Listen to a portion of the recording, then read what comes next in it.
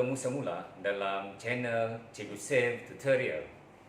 Hari ini saya akan membincangkan bagaimana melukis keluk keseimbangan pasaran persaingan sempurna dalam jangka pendek. Kita akan melukis keseimbangan PPS jangka pendek bagi untung kurang normal. Langkah-langkahnya sama seperti untung lebih normal dan untung normal, yaitu ada dua bagian. Bagian pertama adalah melukis.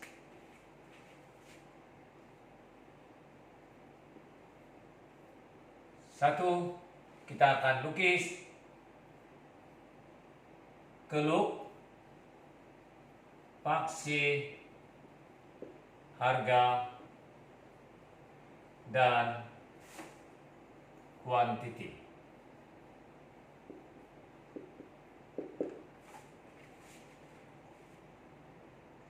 Ini adalah paksi harga dan ini adalah paksi kuantiti.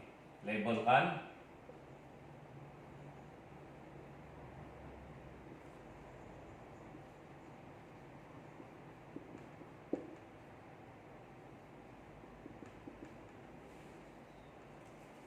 Ini adalah paksi harga dan kuantiti. Langkah kedua, lukis keluk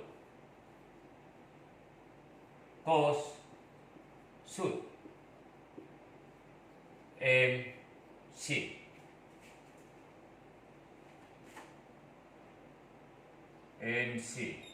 Ini adalah keluk MC. Dan langkah ketiga, lukis keluk cost purata AC. Lihat semula AC akan turun ke bawah dan memotong MC kemudian naik ke atas. AC. Langkah keempat adalah melukis keluk cost berubah purata EVC. EVC adalah di bawah AC, naik ke atas. EVC. Dan langkah kelima, melukis keluk harga. Keluk harga yaitu MR sama dengan ER sama dengan P sama dengan D. Satu garis lurus. Oke, ini adalah untung kurang normal. Maka keluk harga adalah di bawah AC. Ini karena untung kurang normal akan berlaku apabila harga lebih rendah daripada cost purata. Sekali lagi saya akan gunakan warna biru. Ini adalah MR sama dengan ER sama dengan P sama dengan D. Ini adalah 5 langkah untuk melukis keluk. Kalau kita lihat, bahagian ini adalah lebih kurang sama ataupun boleh dikatakan langkah 1, 2, 3, 4, 5 adalah sama, cuma kedudukan keluk harga sahaja yang berbeza. Bahagian seterusnya adalah menentukan.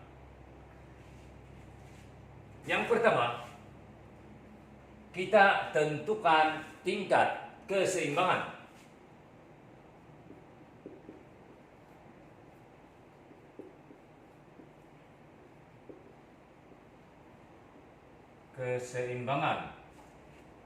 Tingkat keseimbangan tercapai apabila keluk MR bersilang dengan keluk MC,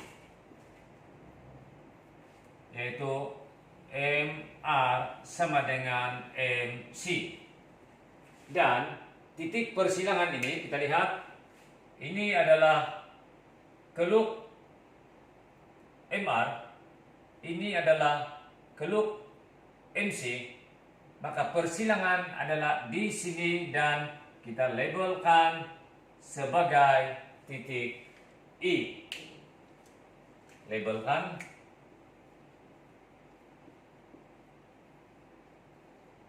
dengan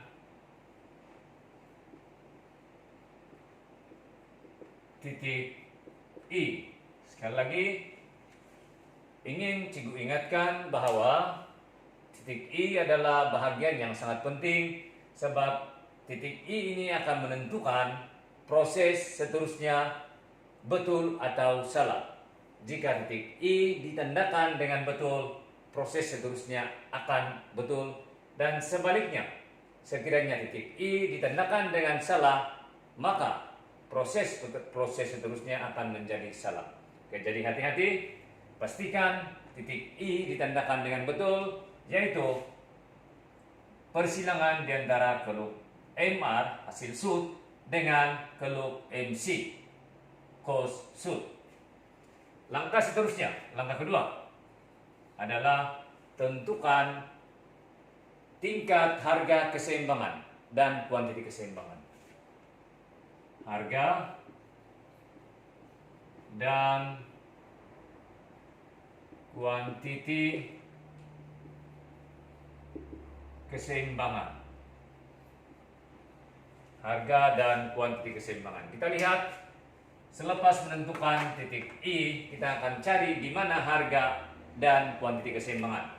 Ini tingkat keseimbangan, ini adalah titik keseimbangan. Bermakna harga keseimbangan, kita lihat dia akan bergerak ke kiri sehingga memotong paksi harga, dan ini adalah harga keseimbangan. Manakala kuantiti keseimbangan adalah melalui titik I, kita akan buat satu garisan putus-putus ke bawah sehingga memotong paksi kuantiti, dan ini adalah kuantiti keseimbangan. Kita sudah tentukan harga keseimbangan adalah PI dan kuantiti keseimbangan adalah QI. Langkah seterusnya, yang ketiga, tentukan kos purata EC.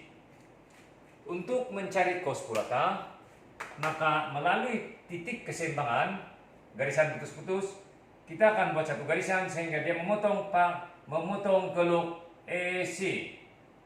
Nah, di sini dia akan potong keluk EC dan labelkan sebagai C. Oke, sekali lagi, ini boleh dilabelkan dengan apa-apa saja huruf E atau B atau C, tetapi cikgu memilih C sebab dia sinonim dengan kos. Dan kita akan buat satu garisan putus-putus ke kiri, dan ini adalah kos purata. Oke, ini adalah kos purata. Maka di sini kita lihat kos purata adalah P1. Seterusnya, yang keempat, tentukan jumlah hasil.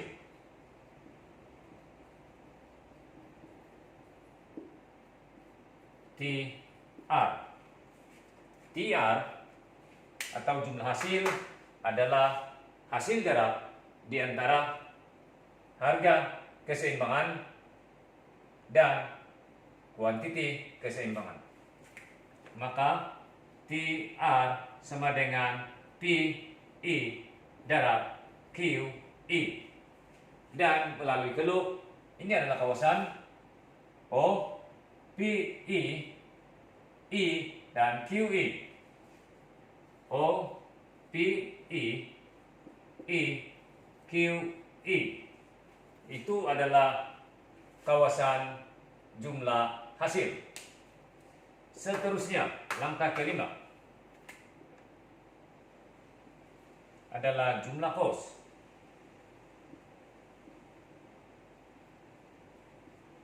TC. Jumlah kos adalah TC, jumlah kos adalah hasil darab antara AC darab dengan Q, kuantiti. Melalui keseimbangan atau geluk ini, kita lihat kos purata adalah P1 dan kuantiti adalah QE. Maka ini adalah P1 darab QE. Dan kalau kita lihat pada geluk, dia adalah kawasan O P1C dengan QE. O P1C QE. Ini adalah kawasan bagi jumlah kos. Dan melalui geluk sebenarnya kita sudah boleh lihat bahwa jumlah kos adalah besar daripada jumlah hasil, yang menunjukkan ketika ini firma mengalami untung kurang normal. Langkah seterusnya yang keenam adalah menghitung atau menentukan jumlah untung atau rugi.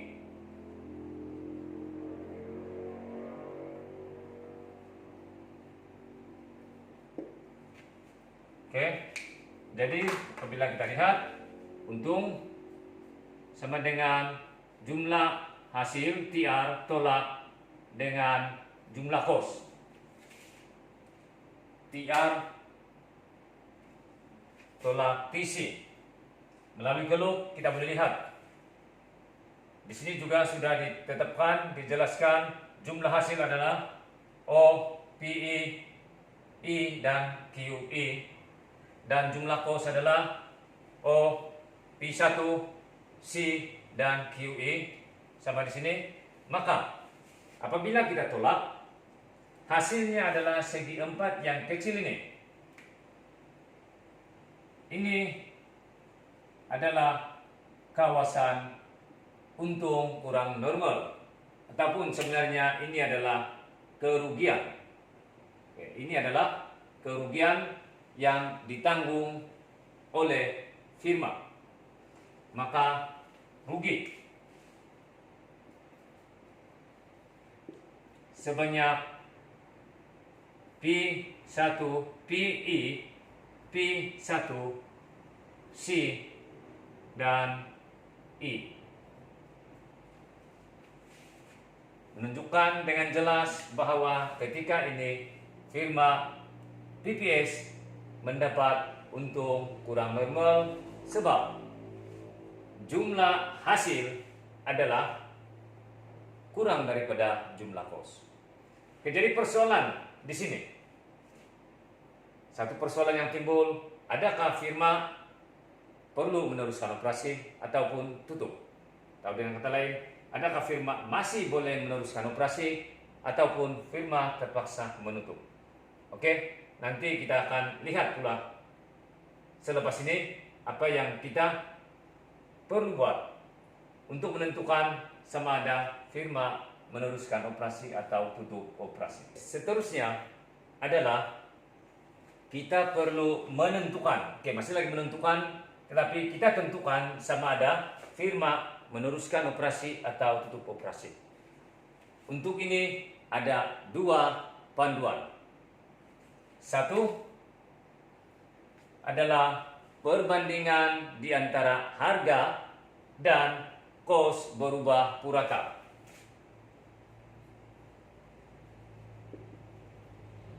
Bandingkan harga P dengan kos berubah purata EVC. Jadi keadaan dia seperti ini. Satu, P besar daripada EVC, maka sekiranya harga besar daripada kos berubah burata, maka teruskan. Ini adalah panduan. Yang kedua, sekiranya harga kurang atau rendah daripada EVC, maka perlu tutup.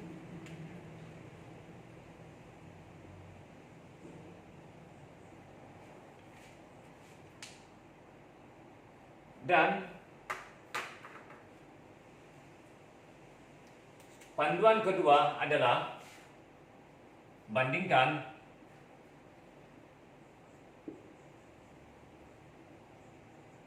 jumlah hasil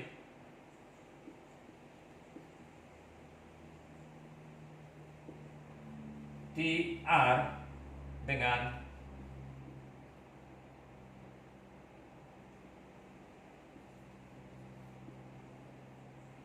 kos ataupun jumlah kos berubah.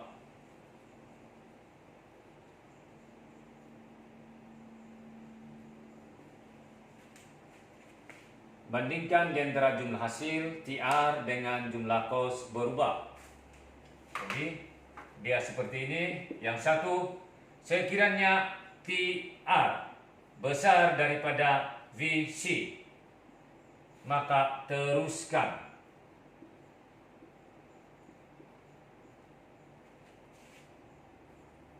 Dan sekiranya TR kurang daripada VC, maka tutup. Firma akan ditutup. Oke, jadi sekarang kita lihat di sini. Berdasarkan panduan, kita lihat yang pertama. Harga ini adalah harga, ini adalah EVC.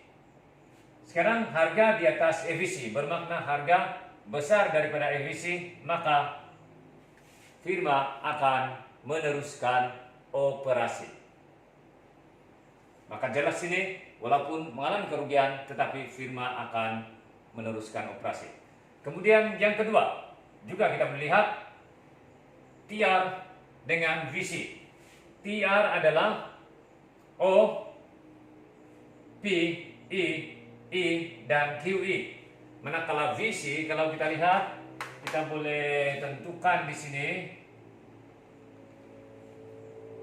P2. Katakan sini B. Maka kalau kita lihat TR adalah O, P, I, dan QE. Lebih besar daripada jumlah kos berubah O, P2, B, dan QE. Bermakna firma akan meneruskan operasi. Ini adalah keluk keseimbangan pasaran persaingan sempurna bagi untung kurang normal. Oke, jadi kita akan bertemu semula pada edisi yang akan datang pada part 4 untuk membincangkan keseimbangan pasaran persaingan sempurna untuk penutupan operasi ataupun firma terpaksa menutup operasi. Sekian, terima kasih.